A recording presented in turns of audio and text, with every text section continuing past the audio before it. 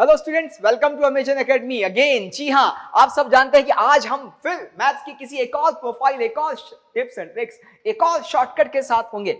जी हाँ, आज हम क्या देखने वाले हैं बच्चे? आज हम मैट्रिक्स के चैप्टर में क्या देखेंगे कि एडजॉइंट ऑफ ए मैट्रिक्स जो है वो डायरेक्टली कैसे लिखा जाता है। जहां पर आप सब जानते हैं कि mod A non equals to zero जो लिखा हुआ है, इसका मतलब क्या है? नॉट इक्वल्स टू जीरो का मतलब आप सबको पता है कि भाई सबसे पहले तो मॉड ए का मतलब क्या होता है मैट्रिक्स में?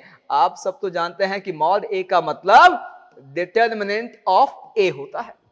जी हाँ, तो आज हम देखने वाले हैं कि मैट्रिक्स में यदि कोई ए एक स्क्वायर मैट्रिक्स है, एडजॉइंट ऑफ ए वाला मैट्रिक्स हम कैसे लिखेंगे जबकि वो एक नॉन सिंगुलर मैट्रिक्स है, यानी उसके डिटरमिनेंट की वैल्यू नॉन जीरो है। जी मेरे बच्चे, पर्दे के पीछे की कहानी आप सब तो जानते हैं। बिना पर्दे के पीछे की कहानी के हम आगे बढ़ते ही नहीं है, क्योंकि हमें पता है कोई भी टिप्स एंड ट्रिक्स याद ही नहीं रहेंगी यदि हमें कहानी नहीं पता होगी। जी मेरे बच्चे, क्या है, हमें क्या देखना है? हमें निकालना है एडजॉइंट ऑफ ए वाला मैट्रिक्स, जहां एक खुद क्या है, वो n क्रॉस n का एक स्क्वायर मैट्रिक्स है, nth ऑर्डर का एक स्क्वायर मैट्रिक्स है और एक नॉन सिंगुलर मैट्रिक्स है। ये भी सारी चीजें हमें पता है, लेकिन इससे पहले आप सबको ये ज्ञान तो पता होगा क्या कि एडजॉइंट ऑफ ए क्या होता है। जी मेरे बच्चे, आप सब जानते हैं कि एडजॉइंट ऑफ ए एक मैट्रिक्स है जो मैट्रिक्स ए के हर एलिमेंट के कोफैक्टर से बनने वाली मैट्रिक्स का ट्रांसपोज है। जी आप सब जानते हैं, इसलिए मैं इसको लिख देता हूं कि भाई एडजॉइंट ऑफ ए का मतलब है transpose of cofactor matrix, transpose of cofactor matrix of matrix A. जी हां, मैट्रिक्स ए के कोफैक्टर मैट्रिक्स का ट्रांसपोज जो होगा वही एडजॉइंट ऑफ ए होगा। तो मेरे बच्चे, यहां मान लीजिए साइड में मैं हमारा मैट्रिक्स ए लिख देता हूं कि हमारा मैट्रिक्स ए है A11, A12 से लेके मान लीजिए A1n, इसी तरह से A21, A22 से लेके A2n, और मेरे बच्चे AN1, AN2 से लेके ANn। जी हां, क्लियर? ये हमारा मैट्रिक्स ए है। अब बच्चे, यदि ये मैट्रिक्स ए है तो एडजॉइंट ऑफ ए क्या बनने वाला है? आप सब तो ज्ञानी लोग हैं, समझ गए हैं कि C11, C12 से लेके C1n और C21, C22 से लेके C2n। जी हां, ऐसे ही चलेगा। जी मेरे बच्चे, तो यहां पर C22 से लेके C2n और यहीं पर CN1, CN2 टिल CNN इसका ट्रांसपोज क्या है, आप समझ गए?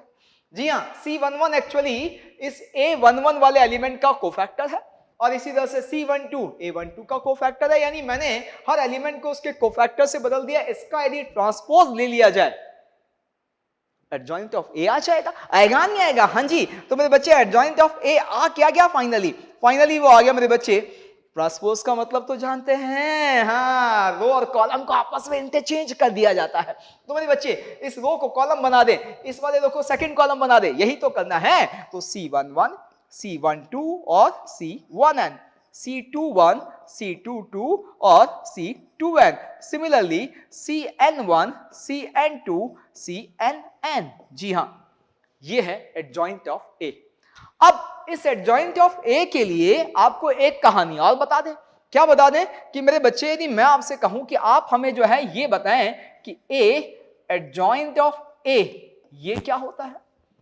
मेरे बच्चे, ए एडजॉइंट ऑफ ए की बात की जाए तो ये मैट्रिक्स ए को एडजॉइंट ऑफ ए से मल्टीप्लाई किया हुआ है, तो ये क्या बन जाएगा? मैट्रिक्स ए लिखो, A11, A12, इसी तरह से A1n, A21, A22, A2n। मेरे बच्चे, और यहां पर वही AN1, AN2 से लेके ANn, इसको हमें मल्टीप्लाई करना है इसके कोफैक्टर मैट्रिक्स के ट्रांसपोज यानी एडजॉइंट से। तो बच्चे ये क्या बन जाता है, आप देखिए यहां पर, क्योंकि हमें कोफैक्टर्स लिखने हैं, तो ये बन जाएगा आपके पास C11, C12, C1n, C21, C22, C2n। जी हां, ऐसे ही चलेगा CN1, CN2 और एट द लास्ट CNn। अब आप तो जानते हैं मैट्रिक्स मल्टीप्लिकेशन होता है रो इनटू कॉलम वाला प्रोसेस। जी हां, इस रो को इस कॉलम से मल्टीप्लाई करेंगे तो पहला एलिमेंट मिलेगा, इस रो को इस कॉलम से मल्टीप्लाई कर रहे हैं तो बन क्या रहा है, A11 C11 देखिएगा प्लस A12 C12, यही प्रोसेस चलेगा। जी हां, फिर मैं इस रो को सेकंड कॉलम से मल्टीप्लाई करूं तो मेरे बच्चे सेकंड एलिमेंट मिलेगा और वो मिलेगा A11 C21 plus A12 C22। जी हां, यही प्रोसेस चलेगा। अब आप सब जानते हैं कि ये जो प्रोसेस चलेगा ऐसे ही चलता रहेगा, यहां भी और यहां भी। इस वाले में भी आपको पता है कि क्या होगा, मैं इस सेकंड रो को फर्स्ट कॉलम से मल्टीप्लाई करूंगा, फिर इस सेकंड रो को इस सेकंड कॉलम से मल्टीप्लाई करूंगा, ये करूंगा। तो देखिए जब मैं सेकंड रो, चलिए मैं पहले लिख देता हूं कि यहां इस रो को इस कॉलम से मल्टीप्लाई किया तो A21 C11 A22 C, इसी तरह से 1 2 प्रोसेस में यही, और इस रो को इस कॉलम से तो आप देख रहे हैं क्या होने वाला है, A21 C21 A22 C22। जी हाँ, यही प्रोसेस है। अब देखो ये जो डायगोनल एलिमेंट आने वाले ना मेरे बच्चे, कौन कौन से डायगोनल एलिमेंट की बात कर रहे हैं हम, ये जो डायगोनल एलिमेंट आएंगे ये वाला ऐसे ही जो चलते रहे। इन एलिमेंट्स में क्या दिख रहा है, आप देखो मैट्रिक्स ए की फर्स्ट रो को जो भी एलिमेंट हैं उन एलिमेंट को उनके ही कोफैक्टर से मल्टीप्लाई करके ऐड किया गया है। फर्स्ट रो के हर एलिमेंट को उनके ही कोफैक्टर से मल्टीप्लाई करके ऐड किया गया। यहां क्या है, सेकंड रो के एलिमेंट को उनके ही कोफैक्टर से मल्टीप्लाई करके ऐड किया गया। डिटरमिनेंट याद आ गया होगा तुरंत, क्या कि किसी भी डिटरमिनेंट के अंदर आप सबको पता है किसी रो या कॉलम के हर एलिमेंट को उसी रो या कॉलम के एलिमेंट्स के कोफैक्टर से मल्टीप्लाई करके ऐड कर दिया जाए, वैल्यू ऑफ डिटरमिनेंट मिल जाता है। लेकिन किसी रो या कॉलम के हर एलिमेंट को किसी दूसरे रो या कॉलम के एलिमेंट के कोफैक्टर से मल्टीप्लाई करके ऐड करें तो भैया 0 मिलता है। जी हां, डिटरमिनेंट की ये प्रॉपर्टी आपको पता है, तो आपको समझ में आ रहा है यहां फर्स्ट रो के एलिमेंट को उनके ही कोफैक्टर से मल्टीप्लाई करके ऐड किया गया, यानी ये जो मिलेगा ना मेरे बच्चे ये मॉड ए होगा, बिल्कुल। इसी तरह से ये सेकंड रो के एलिमेंट को उनके ही कोफैक्टर से मल्टीप्लाई किया गया है तो ये भी जो है मॉड ए होगा, होगा नहीं होगा, बिल्कुल होगा। तो ये डिटरमिनेंट ऑफ ए, ये डिटरमिनेंट ऑफ ए, और ये बाकी सब क्या होंगे, आप देखो यहां पे फर्स्ट रो के एलिमेंट्स को सेकंड रो के एलिमेंट के कोफैक्टर से मल्टीप्लाई करके ऐड किया गया है। ये वैल्यू क्या होगी मेरे बच्चे, ये जो वैल्यू होगी ये 0, ये 0, ये सारे के सारे 0 हो जाएंगे। सिर्फ डायगोनल में जो रखे हुए एलिमेंट हैं वो डिटरमिनेंट ऑफ ए के इक्वल होंगे। अब आपको पता है कि यदि इस डिटरमिनेंट ऑफ ए को कॉमन ले लिया जाए तो क्या ये नहीं बन गया मॉड ए IN। IN क्या है, जी हां आइडेंटिटी मैट्रिक्स, यूनिट मैट्रिक्स है nth ऑर्डर का जिसमें डायगोनल एलिमेंट 1 होंगे और मॉड ए हम बाहर कॉमन ले चुके हैं। तो यहां से अब हमें किस ज्ञान की प्राप्ति हो गई, जी मेरे बच्चे हमें ज्ञान मिल गया है कि A एडजॉइंट ऑफ A किसके इक्वल होगा, determinant of A into IN। अब इस ज्ञान का इस्तेमाल जो है हमारी इस रिक्वायर्ड एडजॉइंट ऑफ A वाली मैट्रिक्स को निकालने में करते हैं। कैसे, देखिएगा इस ज्ञान को हम कैसे यूज करेंगे बच्चे, ये है। अब हमें क्या निकालना है, हमें निकालना है एडजॉइंट ऑफ A, ठीक है। अब आपको ये प्रॉपर्टी पता है कि एक मैट्रिक्स को उसके ही एडजॉइंट से मल्टीप्लाई करें तो उस मैट्रिक्स के डिटरमिनेंट की वहां को IN से मल्टीप्लाई किया जाए तो ये वैल्यू मिलती है, ये मैट्रिक्स मिलती है। तो मेरे बच्चे यहां पे एडजॉइंट ऑफ A निकालना है। जरा देखिएगा यदि इसके आगे मैं एडजॉइंट ऑफ A फंसा दूं तो कुछ यही नहीं हो गया क्या, बस A की जगह एडजॉइंट ऑफ A आया है। हाँ, A की जगह एडजॉइंट ऑफ A आया है, तो एडजॉइंट ऑफ A को उसके ही एडजॉइंट से मल्टीप्लाई करेंगे तो क्या मिलेगा, जी हां इस प्रॉपर्टी से मिलेगा determinant of adjoint of A, जी हां इनटू IN। मिलेगा नहीं मिलेगा, मिलेगा मेरे बच्चे। अब मैं क्या कर रहा हूं, इसी रिलेशन को मैट्रिक्स A से प्री मल्टीप्लाई किए दे रहा हूं। क्या कर रहे हैं जरा गौर से देखिएगा, मैंने इसी रिलेशन को मैट्रिक्स A से प्री मल्टीप्लाई कर दिया। अब आपको पता है कि ये तो हाँ क्या है, ये तो एक स्केलर क्वांटिटी है। अब आपको पता है कि ये स्केलर है तो भैया आप सब ये भी जानते हैं एक मैट्रिक्स को आइडेंटिटी मैट्रिक्स से मल्टीप्लाई करने पे वही मैट्रिक्स मिलता है। तो मेरे बच्चे यहां पे मेरे पास क्या आ गया, adjoint of A into A, जी हां। और एडजॉइंट ऑफ ए के डिटरमिनेंट की वैल्यू आप सब बहुत अच्छे से जानते हैं, सही पकड़े हैं कि सर यहां पे तो हमें पता है कि अब जो आप लिख रहे हैं ये जो वैल्यू है, ये वैल्यू तो कंफर्म क्या हो जाने वाली है कि सर ये वैल्यू तो determinant of A to the power n-2। जी हाँ, ये वैल्यू क्या हो रही है, determinant of a to the power n-2। जी हाँ मेरे बच्चे, ये लो, जो प्रूव करना था ना वो हो गया। क्या प्रूव करना था, प्रूव ये करना था कि भाई इसकी वैल्यू निकालेंगे कुछ, तो अब इसकी वैल्यू हमारे पास क्या आ गई बच्चे, ये देखो इसका वैल्यू हमारे पास आ गया है determinant of a to the power n-2 into a, ये रखा बगल में, रखा है ना, जी हाँ a। ये पूरा ज्ञान प्राप्त हो गया कि भाई अब कुछ नहीं करना है, ये सारा का सारा जो हमें बहुत अच्छा खासा काम किया ना पर्दे के पीछे, ये करना नहीं है, सीधा लिखना है। क्या लिखना है, adjoint of a will be equals to determinant of a to the power n-2 into a। Okay, तो अब हमारा कंक्लूजन क्या हो गया बच्चे, ये राजी conclusion, adjoint of a is equals to mod a to the power n-2a, जहां mod हम शुरू में बता चुके हैं कि डिटरमिनेंट ऑफ a है, और जहां a nth ऑर्डर का एक स्क्वायर मैट्रिक्स है, और ये जो है आपको पता है कि क्या है, नॉन जीरो है। जी मेरे बच्चे, इज इट क्लियर? यस, चलिए जी क्वेश्चंस। पहला क्वेश्चन आपकी आंखों के सामने आ गया है। हाँ जी, क्या, let a is equals to 2 1 minus 1 3 then adjoint of ओहो, सीधा स्ट्रेट क्वेश्चन है, ये तो कोई दिक्कत ही नहीं है। अभी अभी हमने क्या देखा कि भाई ये तो mod a to the power n-2 a आ जाएगा, आएगा मेरे बच्चे। यहां n यानी ऑर्डर ऑफ मैट्रिक्स कितना है, 2, तो n-2 कितना बन गया, 0, तो mod a to the power 0 into a, non zero quantity पर पावर 0, तो इसका मतलब 1 हो गया। ओहो a, ओहो बड़ी मजेदार है, कुछ करना ही नहीं है, वापस वही मैट्रिक्स लिखनी है। देखो भैया कोई ऐसा ऑप्शन दिख रहा है क्या, अरे यार सेकंड वाला दिख रहा है, आ गया आंसर। और कितनी मजेदार चीज सीखी आपने यहां से, सेकंड ऑर्डर की डिटरमिनेंट हो, नॉन सिंगुलर हो, यानी उसके डिटरमिनेंट की, सॉरी सेकंड ऑर्डर का मैट्रिक्स हो, नॉन सिंगुलर हो, यानी उसके डिटरमिनेंट की वैल्यू नॉन जीरो हो, तो भैया उसके लिए एडजॉइंट ऑफ ए वो खुद होता है। क्लियर, हमेशा।